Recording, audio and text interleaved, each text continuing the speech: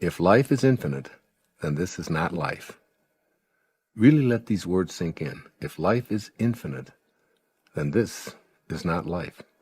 We can see this in everything that we scrupulously observe. Therefore, we must conclude that life, in terms of our body and all of its achievements and possessions, which without exception begin and end in dust, isn't life itself. Grasping life's true essence could radically change your life for the better. This is an enormous inner shift that eliminates fear of death. How can you fear something that doesn't exist? And connects you permanently to the infinite source of creation that intends everything from the world of infinite spirit into a finite world. Learn to be comfortable with the concept of infinity and see yourself as an infinite being. Your fear of the infinite. We are all in bodies that are going to die, and we know this. Yet we can't imagine it for ourselves, so we behave as if it weren't so. It's almost as if we're saying to ourselves, everybody dies but me. This is attributable to what Freud observed. Our death is unimaginable, so we simply deny it and live our lives as if it weren't going to die, because of the terror that our own death instills. As I sat down to write the chapter on infinity, I said to a friend that my goal was to leave the reader, and you, the listener, with a complete absence of the fear of death. Let me know if it touches you in that way, even on a minor scale. Your own death. Essentially, there are 2 points of view regarding this dilemma of your own death. The first says that we're physical bodies that are born and we go on to live for a while, and then ultimately we deteriorate. Our flesh wears out and then we die and are dead forever. This first perspective, if you embrace it either consciously or otherwise, is terrifying from our alive point of view.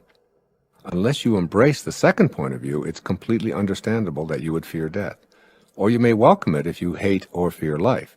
The second point of view says very simply that you're eternal, an infinite soul in a temporary expression of flesh.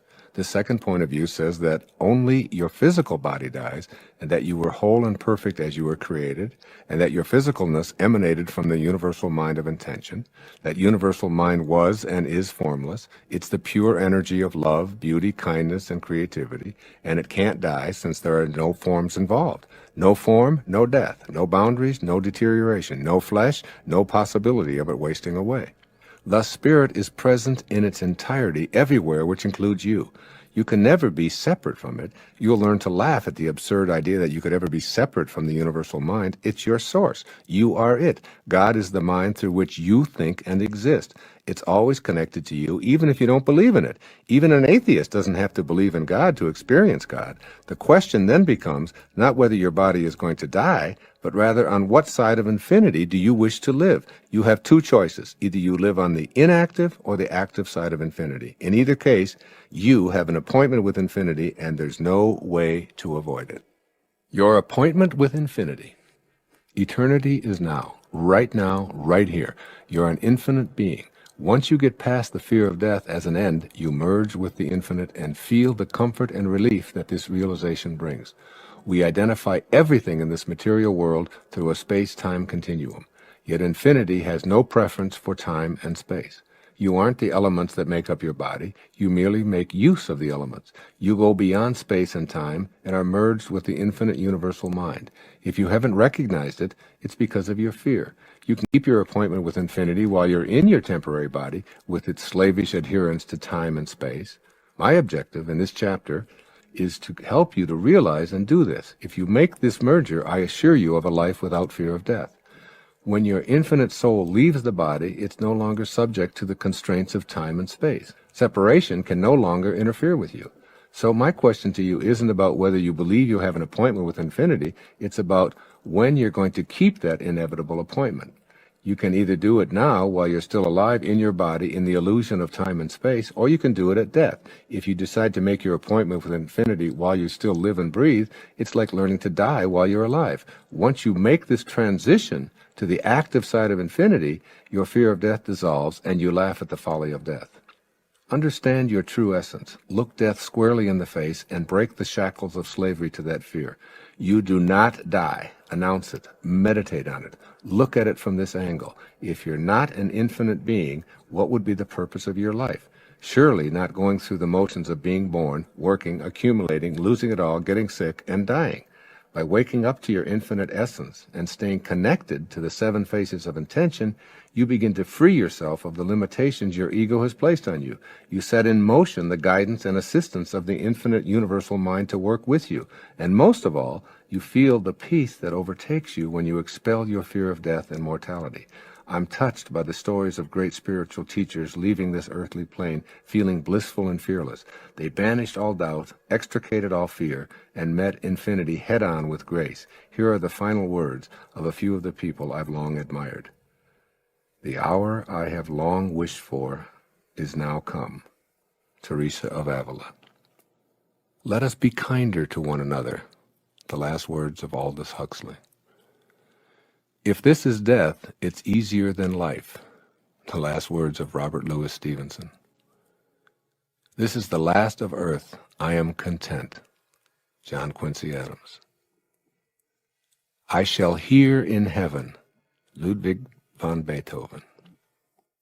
Light, light, the world needs more light. Johann von Goethe. I am going to that country which I have all my life wished to see. William Blake. It's very beautiful over there. Thomas Edison. Ram, Ram, Ram. God, God, God. Mahatma Gandhi. Why not write your own final words now and make your transition to being an infinite being while you still occupy your body? As you consider your appointment with infinity, look at how most of us live our lives. We know we're in a body that's going to die, but we behave as if it's not going to happen to us. This viewpoint is from the inactive side of infinity, where we don't see our connection to intention and our ability to stay in harmony with our creative spirit. Let's examine the essential difference between keeping your appointment with infinity now or at your own death. In one case, you'll be on the active side of infinity, and in the other, you'll avoid it by being on the inactive side. The active versus the inactive sides of infinity. On the active side of infinity, you're fully cognizant that you're in a body that's going to die. Furthermore, your inner knowing is that you aren't that body, its mind, or any of its achievements and possessions.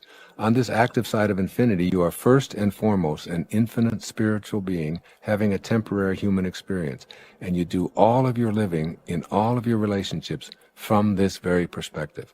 On the inactive side of infinity, your experience of life is quite the opposite. Here, you're first and foremost a human being having an occasional spiritual experience. Your life is guided by a fear of death, a separation from others, a competitive style, and a need to dominate and be a winner. The inactive side of infinity separates you from the power of intention.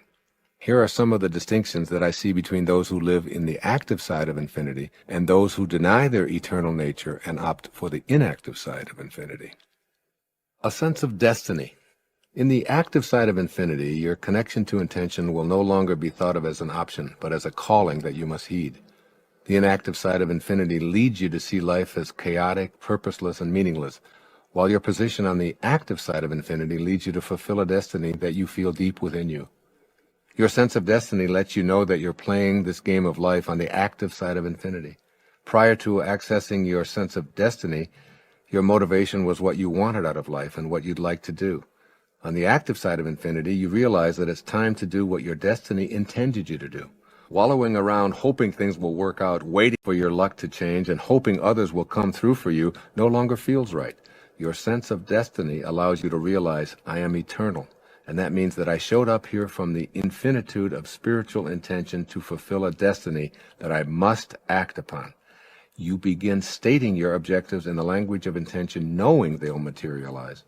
You enlist the power of intention to keep you on track. It can't fail because there's no failure in the infinite. This 13th century poem may inspire you to know you have a destiny. You were born with potential. You were born with goodness and trust. You were born with ideals and dreams. You were born with greatness. You were born with wings. You are not meant for crawling, so don't. You have wings. Learn to use them and fly. That's Rumi, one of my very favorite poets. If Rumi had composed his poem from the inactive side of infinity, his words might be more like the following, quote, You are an accident of nature. You are subject to the laws of luck and chance. You can be pushed around easily. Your dreams are meaningless. You are meant to live an ordinary life. You have no wings, so Forget about flying and stay grounded. A sense of the possible. Creation acts upon the everlasting possibility that anything that is thought of can be. Consider some of the numerous great inventions which we take for granted today. Airplanes, electric lights, telephones, television, fax machines, computers. They're all the result of creative ideas by individuals who ignored the ridicule they encountered while they stayed focused on possible rather than impossible. In other words, a sense of the possible grows in the fertile terrain of the active side of infinity. The power of intention involves staying on the active side of infinite possibilities. George Bernard Shaw, who was still creating into his 90s, has been quoted as saying, "You see things as they are and you say why, but I dream things that never were and I say, why not?" Think of Shaw's words as you practice staying on the active side of infinity and seeing the infinite possibilities that are available to all of us. A sense of awe. You have to admit that just the concept of infinity is awesome. No beginning, no end. Everywhere at once, no time, and all of it here and now. The fact that you're a part of this infinite universe and that you emerged into the finite is mind-boggling. It defies description. The active side of infinity inspires a sense of awe. When you're in a state of awe, you're in a persistent state of gratitude. Perhaps the surest way to happiness and fulfillment in life is to thank and praise your source for everything that happens to you. Then, even when a calamity arises, you can be assured that you'll turn it into a blessing. By giving authentic thanks for all the good you now have, as well as the challenges, through this magnetism, you'll start the flow of more good into your life. Every successful person I know is grateful for everything they have. This process of giving thanks opens the door for more to come. It's how being an active infinity works. Your sense of awe at all of the miracles you see around you allows you to think, see, and live more of these miraculous occurrences. In contrast, a state of ingratitude stops the infinite flow of abundance and health. It's a door closer. A sense of humility.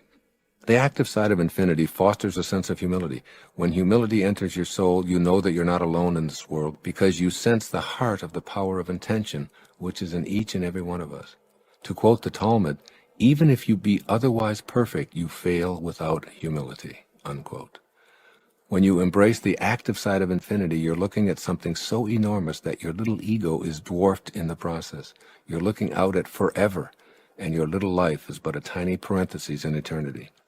One of the reasons for so much contemporary depression and ennui is the inability to see ourselves connected to something greater and more important than our own puny egos. Young people whose primary focus is on their possessions, their appearances, their reputations with their peers, in short, their own egos, have very little sense of humility. When the only thing you have to think about is yourself and how you appear to others, you've distanced yourself from the power of intention. If you want to feel connected to your own purpose, know this for certain. Your purpose will only be found in service to others and in being connected to something far greater than your body, mind, ego. A sense of generosity.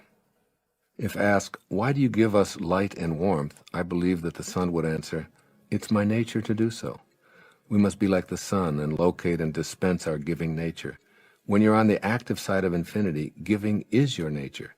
When you're on the inactive side of infinity, you view life in terms of shortages, and hoarding becomes a way of living. Generosity, as well as the inclination to reach your intentions, is lost when you think in these terms. If you can't see an infinite universe with infinite supply and infinite time and an infinite source, you'll be inclined to hoard and be stingy. The power of intention is paradoxically experienced through what you're willing to give to others. I love Swami Sivananda's advice, and I encourage you to consider it here. Everything that he suggests, you own in infinite amounts. He put it this way: the best thing to give your enemy is forgiveness. To an opponent, tolerance. To a friend, your heart. To your child, a good example. To your father, deference. To your mother, conduct that will make her proud of you. To yourself, respect. To all men, charity. Make giving a way of life. It is, after all, what Source and nature do eternally.